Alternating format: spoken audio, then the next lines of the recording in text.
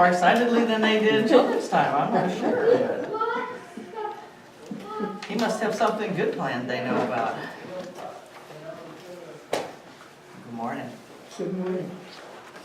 Let us pray. Good morning, Lord. We thank you for the sunshine. It renews our spirit. We know that there will be more winter, but we are so pleased to have a taste of spring to help us find our way through the grayness that will inevitably be shared with us between now and the time that the flowers break through the earth. Watch over us as we enter into Lent, Lord. A time of preparation, a time of waiting, and a time of introspection as we work toward Easter morning. Amen. Not quite to Lent. Lent starts a week from Wednesday, is Ash Wednesday, but the Lenten devotionals are on the table if you want to get one today in advance. So this is kind of a monumental day for me as a pastor. I don't really think I've ever preached out of Leviticus before. Leviticus makes about I think there's 3 appearances of Leviticus in the lectionary, which is the standard we use to make sure we get through most of the Bible in 3 years. It's a pretty tough book in the Bible. You know, a standard joke about Leviticus is that nobody gets out of Leviticus unjudged or alive. But this, as I prepared this scripture today, it has a little bit more to offer. It's not just judgment and chaos and mayhem. Leviticus actually sets in these verses the foundation for Christian love and mutual fairness that Christians should be striving toward. I recently painted a bedroom in my house, and I honestly like painting projects if I have enough time to do them. I won't even attempt one unless I have an equal amount of time to prepare to the amount of time it's going to take me to do it. There's furniture to be moved, and as you move furniture, there's cleaning to be done, and then there's taping and covering. And so it is a job that requires the right amount of preparation to keep me from rushing through it and having a midstream crisis. Benjamin can comment all he wants. Okay. We are perfectly happy with that sound here. So it is never an issue. But by doing the preparation and then doing the work, I usually end up with a much better project and a much better product that I can enjoy and enjoy for a longer period of time, because I don't have to go back and touch it up. I don't have to go back and fix anything. And in these verses, the writer of Leviticus is looking ahead at a time when the Israelites will be freed and living in the Promised Land. The writer is trying to prepare the people to develop the laws that they will use in the Promised Land. It's a very vivid teaching text, and it helps describe the type of community that they are expected to become, the actions they are expected to take, the foundation they are expected to build upon.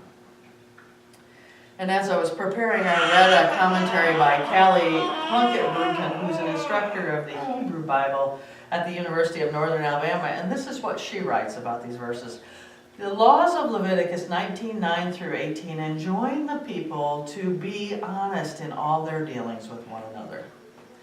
In financial dealings, in the courts, in the fields, so that they might create a community in which people can be trusted, in which laws are not just empty words, and everyone can live in safety.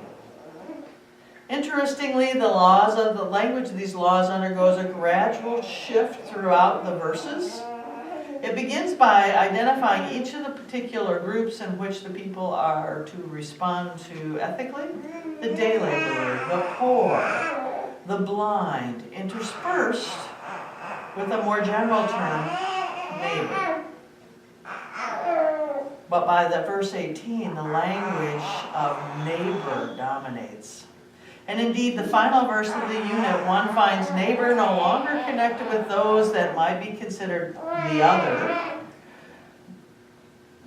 those that are not like the dominant group, but with one's own family. You shall not hate any one of your kin. You shall reprove your neighbor, or you will incur guilt yourself. You shall not take vengeance or bear a grudge against any of your people, but you shall love your neighbor as yourself. You see, the writer is encouraging the Israelites to see their future in the promised land and the community they will build on, one in which people can be trusted, in which laws are not just empty words, and everyone can live in safety. A community where everyone belongs to the same family and no one is the other. There's another really interesting feature I noticed to these verses. In verse 3, we heard Donna read, "Each one of you must revere your mother and father." Now, remember, the Hebrew language doesn't assign gender normally.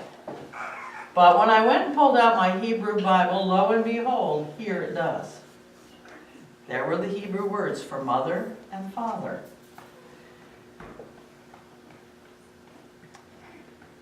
Well, that was in the Hebrew Bible. In the Knox Bible, the Catholic Bible, and the King James Version, it had been reversed. And father was put before mother, as you might expect in those translations. But when I came back to our inclusive Bible, we were back to mother and father.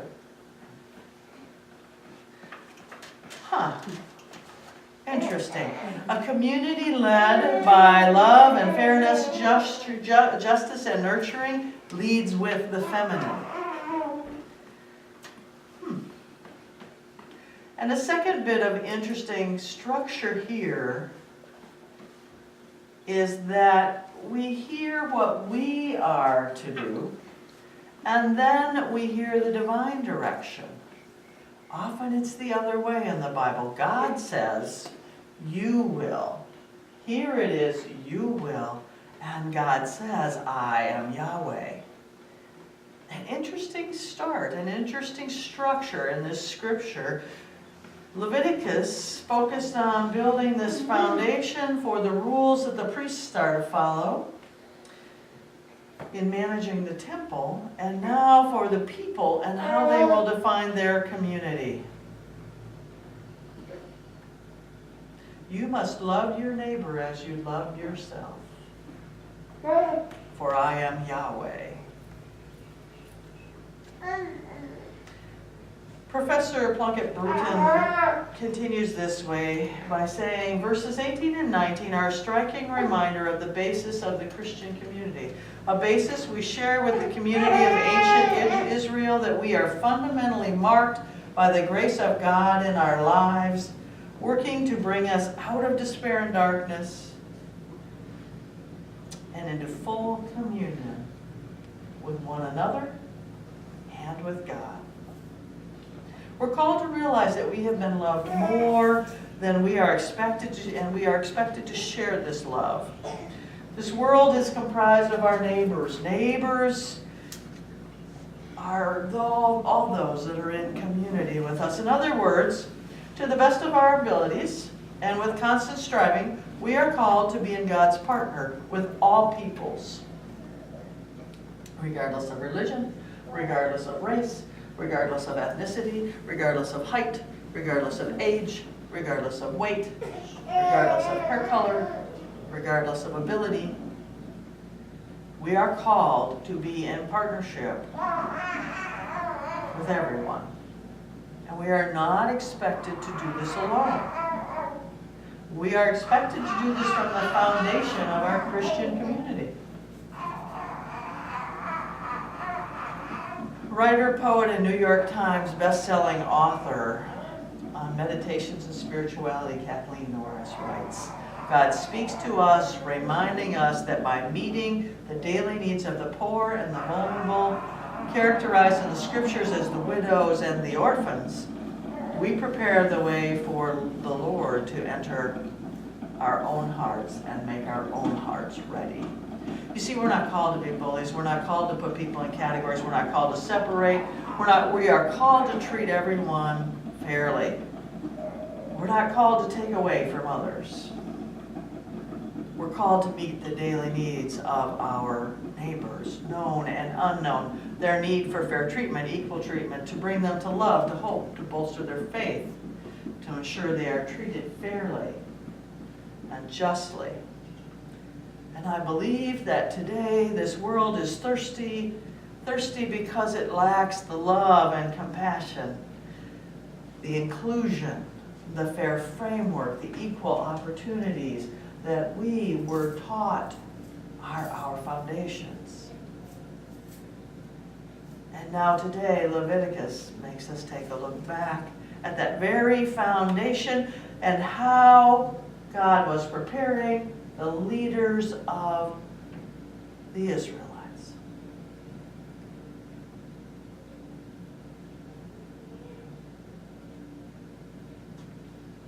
An interesting perspective on Leviticus. But Leviticus was teaching the priests how to teach the people in the temple. And we see right here the example that tells us that they were taught to build a foundation that nurtured and cared and included all of their neighbors. And in the New Testament reading, we find the Apostle Paul back in Corinth, talking to the church of Corinth, trying to pull them back from their bickers and their bickering and their struggling and their arguing. He's trying to get this community to understand Christ is not just an option here, folks. Christ is the real thing. Christ's teachings are the real foundation you are supposed to build on. He's trying to make the church in Corinth understand that these teachings are to be the center of all that we are.